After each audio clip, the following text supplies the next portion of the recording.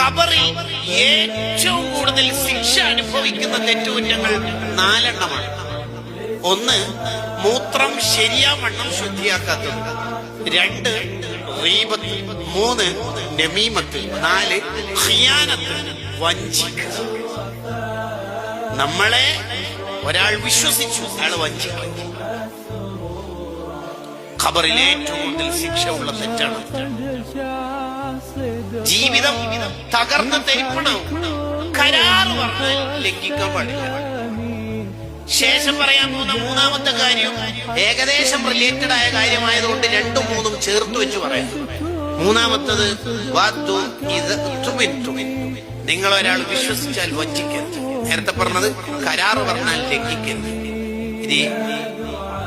ഈ 2 കാര്യങ്ങൾ, വഞ്ചനയും വാക്ക് ലംഘിക്കലും മുനാഫിഖിന്റെ അടയാളമാണെന്ന് മുത്തുനബി